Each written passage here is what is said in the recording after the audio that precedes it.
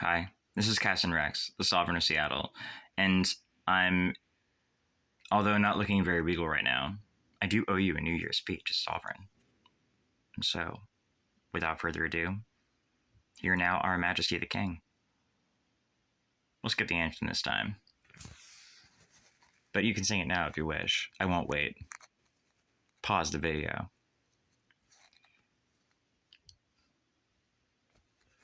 Vesta is the Roman goddess of the hearth, the fire that burns eternally in the heart of the city and in each Roman house.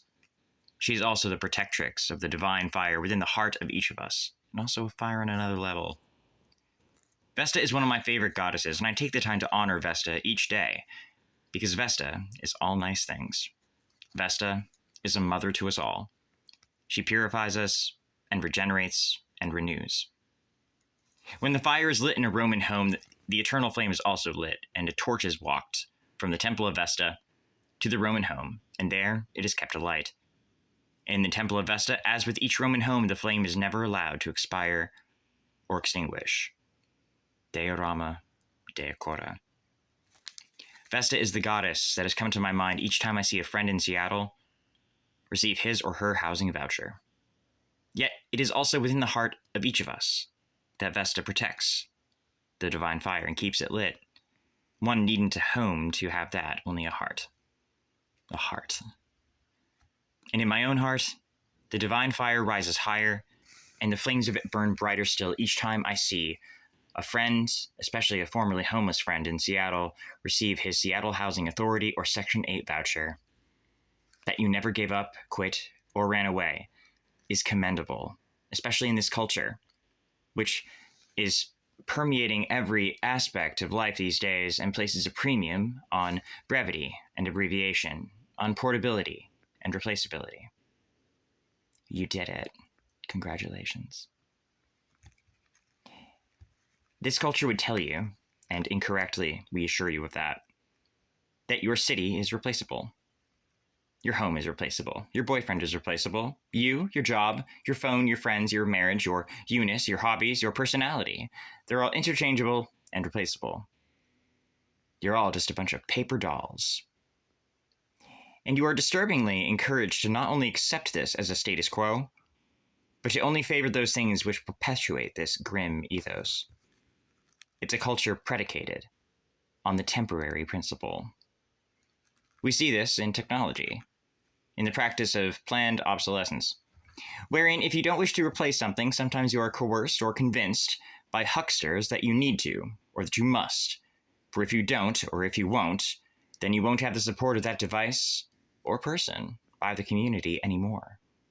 Sometimes your reputation or popularity are at stake, in non-technological terms.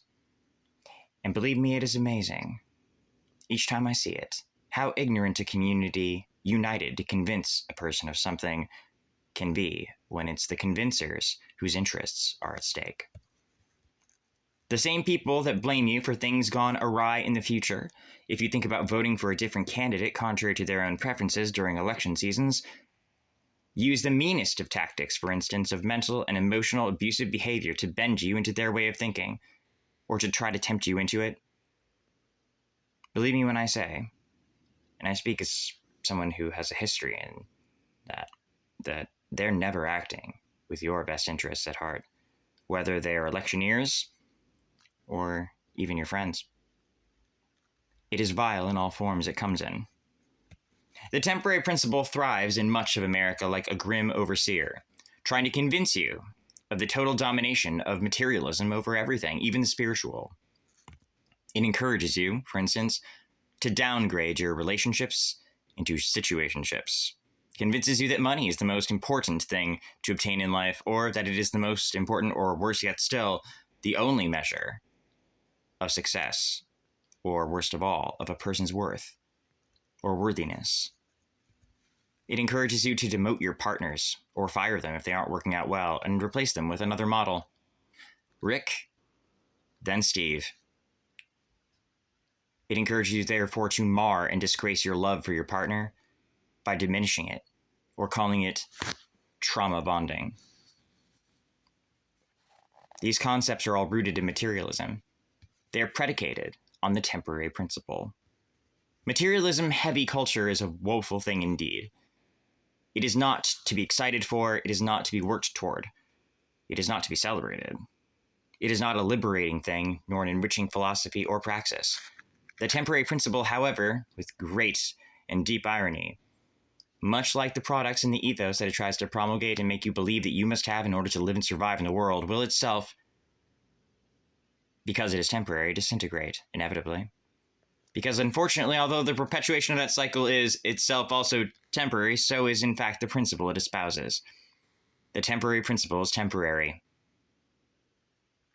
That's the only constant. And believe me when I say that that which is founded on the temporary principle will only ever itself temporary be. For the time will come when each of us needs something more than what the temporary principle and all of its amassed power and device can offer us, or can ever give us, because it can never give us certain things. And for some of you, especially, the time will come when you wish you had those persons or things that you once threw away as replaceable or expendable or disposable, later realizing that you had the real thing and you threw it away in favor of something new and shiny. But as the song of the same title asks, but then what? But then what are you going to do when the new wears off and the old shines through, and fate can't wait to kick you in the butt? Then what? When fate can't wait to kick you in the butt, then what? By downgrading your relationships into situationships, you put limitations on yourselves, and worse yet, on another. And you deny them the dignity that relationships inherently possess. By placing an undue importance on money, you devalue and you diminish lives, in both yourself and in others, because the dollar is not almighty. The pound is worth more anyway. And you blind yourself to the most important, beautiful, and empowering, greatest things in life, which are often disguised as those less desirable, less chosen, less popular, and most overlooked. By replacing your partner, you don't gain anything greater, in the words of a married couple that have been together for over 60 years, who come from an era where things were once bought and built to last a lifetime, and when broken, were fixed rather than thrown away. Because some people and some things are, in actuality, very irreplaceable. And there is no such real thing as trauma bonding. Just love and relationships that a negligent partner or a short-sighted or a faint-hearted person stubbornly refuses to work at, or put in his due share of work at, making it the best it can be, and more. I told my boyfriend this year, quit your bitchin',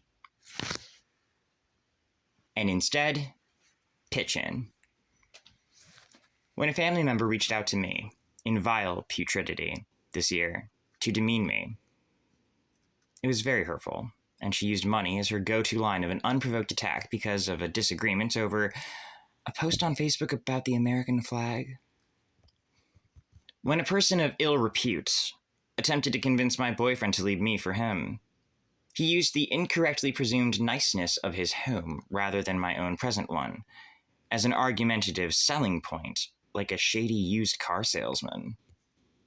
When friendships became hinged upon who wore the nicer clothing, it was, yet again, the temporary principle at work, but this time in the fleeting form of popularity, which waxes and wanes with the tides, which whims and waddles with trends and fads, and which gusts and falls, as does the wind, or, in the words of Shakespeare's King Lear, which ebb and flow by the tide of the moon.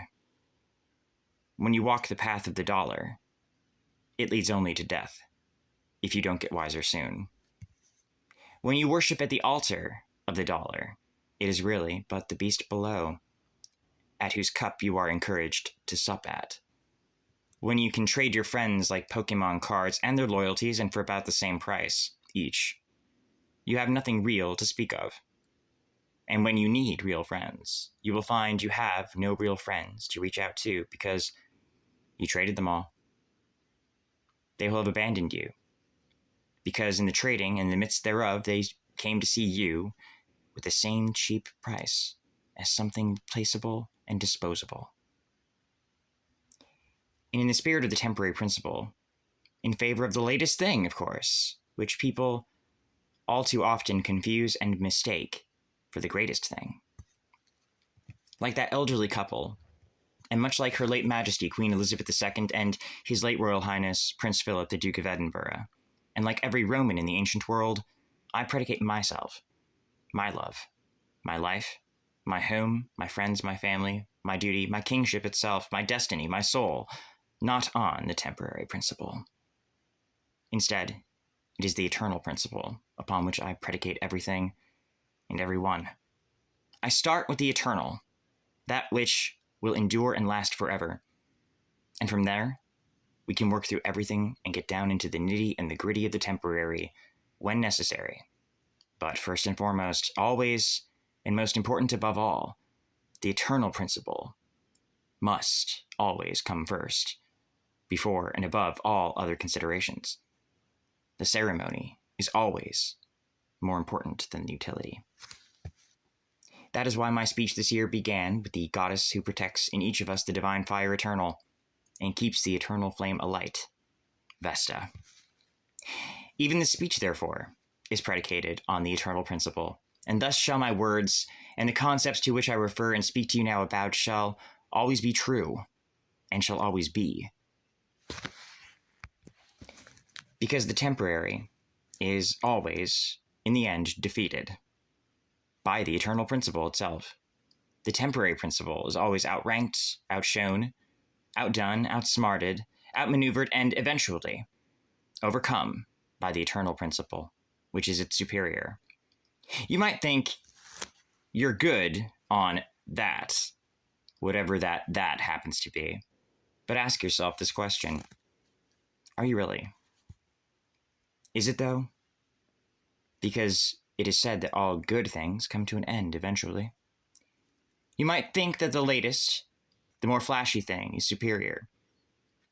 Is it though? Ask yourself, superior in what respect, precisely? And by the measure of what you are measuring from, the temporarily predicated things like money or popularity, are those your standards of measurement? Or is it the timeless, eternal things, like true love, persistence, values like kindness, and virtues like patience? You might think that trading friends or relationships is just the trade of the game and the way things are, but it's not. What loyalty do you have that cannot be traded or lost should you become unpopular, or if the majority of the group be misled, incorrect, or acting towards selfish advantages, or to the advantage of a some, at the expense of the many, without any feeling of responsibility on the part of the few for the many, or toward exploitation? There is much to be wary of. In fact, each of the symptoms that I just have now listed for you are, by most political scientists, listed as the reason that no republic lasts over 300 years, thereabouts. They all fall due to the same things, and the conflict of liberties. And those are some of those things that they fall from. Those who interfere with the eternal principle, for the advantage of the temporary principle over it, encourage you to get over it. Those people are not to be trusted at their predication, but rather pitied for their blindness and their self-imposed limitations that they, horrifyingly enough, seek to impose upon others. Such persons and their narratives are invariably not in accordance with the truth, because the truth is. And it is a product of the eternal principle, because the eternal principle is true. When one must interfere like that,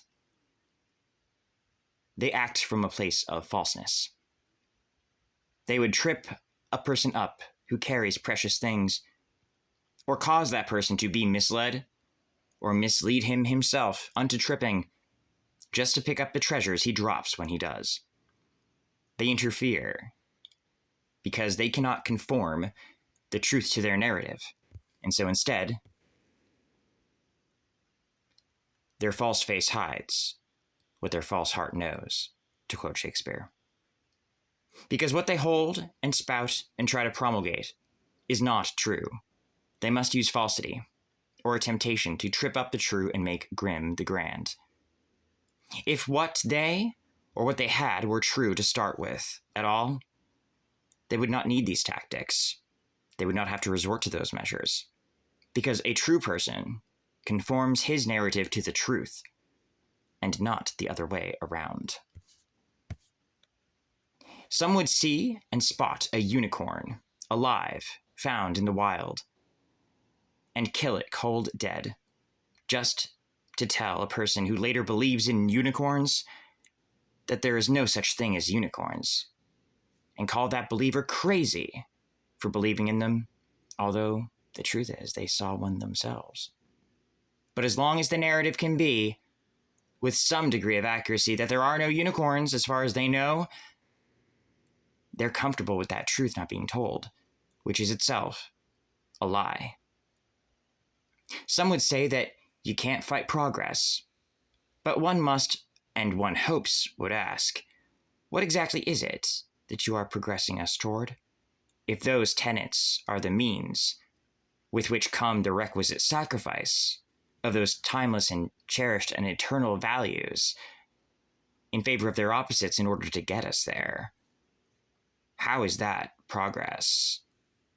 In this age of what artists like Joan Jett and Lita Ford have called the age of performative cruelty, of materialistic obsession, and of decreasing meaningfulness of things being seen as a collective or social good, rather than any of these phenomena being looked at properly as they are, with collective horror on our faces, as symptoms of real social rot.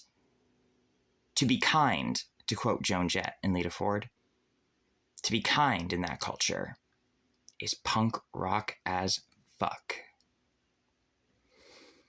To stand for the meaningfulness of things, rather than their diminishment or diminutization, is the triumph of the affirmational over the negational.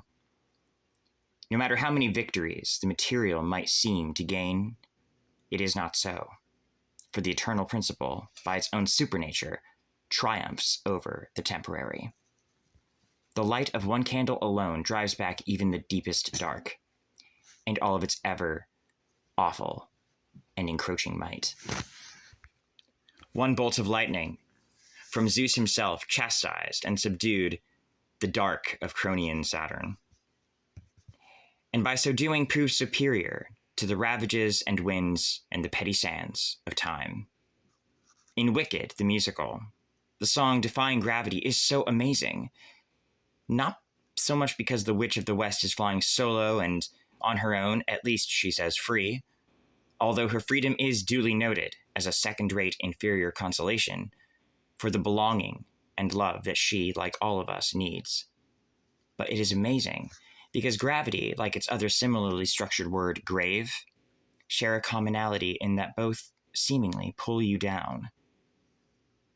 Therefore, defying gravity is much more important than its superficial and skin-deep first-glance suppositions that you might have when you hear it. Not surprising, since the musical Wicked itself is about beauty that is beyond the skin-deep difference that made the witch that stars in it and her green skin allegedly ugly. It is therefore a song about defying the grave and achieving immortality. And she did. And we can, too. There is a part in each of us that is immortal and will, in fact, live forever. Our souls, our spirits, our consciousnesses, they encourage you in this materialistic culture to not ask the big questions. It is existential crisis aversion. Don't think about this thing. Think about this thing over here. It's an innovative distraction. And it keeps innovating and it keeps distracting. But the big questions are still there. And so they encourage you to not ask the big questions. Or some, worse yet, try to make the asking or even the thinking about big questions an undesirable or even ostracizable worthy thing to do. Instead, buck all of that. Cultivate your spiritual side and your soulful side. and always give it the first consideration before the material. When you have a group of people trying to convince you of something, no matter what that something is, make sure that you aren't following the mistakes of Salem. You should look up the curse of Giles Corey for more information on that matter. A real curse, no lie. Beware of witch hunts, because I could have seen Goody Proctor with the devil too. But I didn't. I have learned throughout my kingship that it is always best, to let your heart rule your head, and never the other way around. Your head, your mind, is often fooled, easily tricked. Your head can make you second guess and doubt, and people often advantage themselves on that. Everyone from politicians, and I speak as a former one, and used car salesmen, hucksters, con artists, and all sorts of ne'er-do-wells of all types, everywhere and in between, will all use that to their advantage if they can, with no thought to you, or what you want, or ever really thought about what your heart wants. But your heart, unlike your head, will never lie to you. Don't let others convince you that your heart is or has been incorrect, or that you should let your heart take second place to your head, or let your head place blinders or binders or restrictions on what your heart has wanted, and therefore placing them on likely other people and situations in your lives. Don't do it. Don't fall into the trap. And it is a trap. Those people who encourage you to do that, to put chains on your heart at the direction of your head, no matter the case, and in each instance and upon every occasion, whatever it might happen to be, are wrong. Plain and simple. Instead, join me. Join the Witch of the West and defy gravity. Defy the grave. And achieve with us, through love, and, of course, a well-nourished spiritual side, a path to immortality. Something Jesus Christ reminds us of, whose birth we have just celebrated. Cronian Saturn was also called Grave, as a sort of reaper, with his hourglass of time reminding you of endings. But Zeus was given the eternal principle by his grandfather, Uranus. And the eternal principle is superior to time.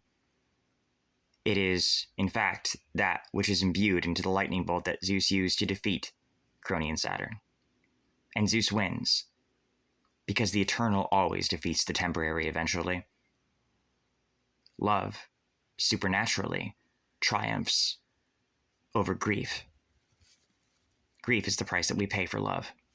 I know that this week because, as I am recording this after New Year's, this is the week that Jaron Michael Nielsen, or as the Royal Britannic Principality of Sealand does have him listed as officially, His Most Beloved Grace, the Baron Nielsen, the Lord Jaron Michael. It is the anniversary of his becoming late. This is never a happy week in this household. It is always painful. I am told eventually that love will triumph over grief, and it has, does, and always will. But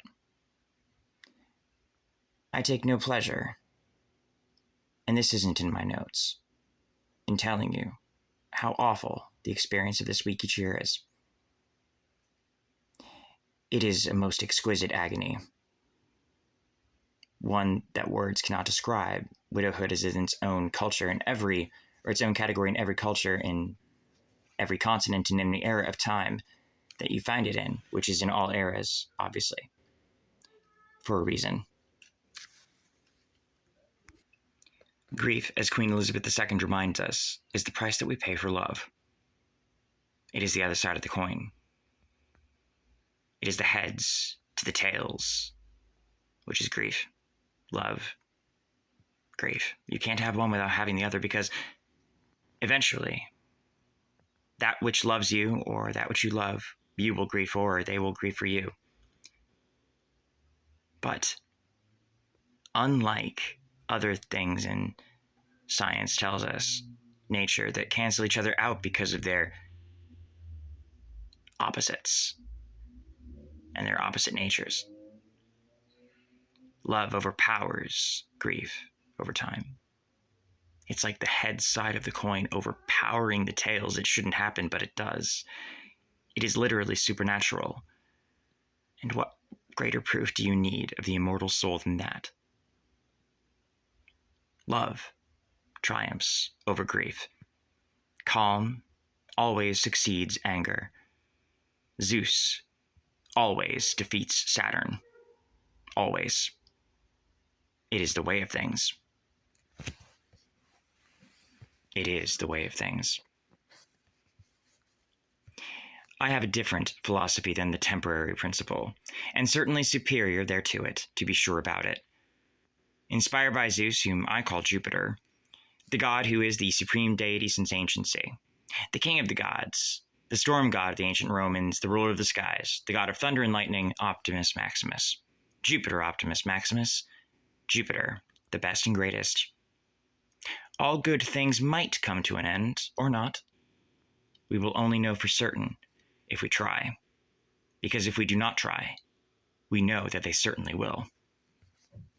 So instead, optimize, maximize. Let's take the good and make it great. Make it great, and greatness lasts and endures forever.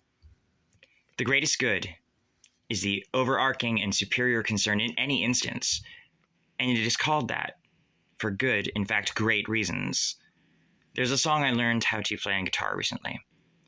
That is to say, for my boyfriend, Anthony, and played it frequently for him these most recent weeks, and it is called The Greatest Thing, written by Cher and Lady Gaga as a duet. I also sing it for my mother, who, again, Sealand, her high and serene grace, Diane the Countess Evans. Hi, Mom. And it is my mother and Anthony whom were both at the top of my mind, as they are every day, when I awoke from a dream with both of them in it one day in 2019, wherein and when at that song featured prominently, and I realized how much they both meant to me, and mean to me now, and always will.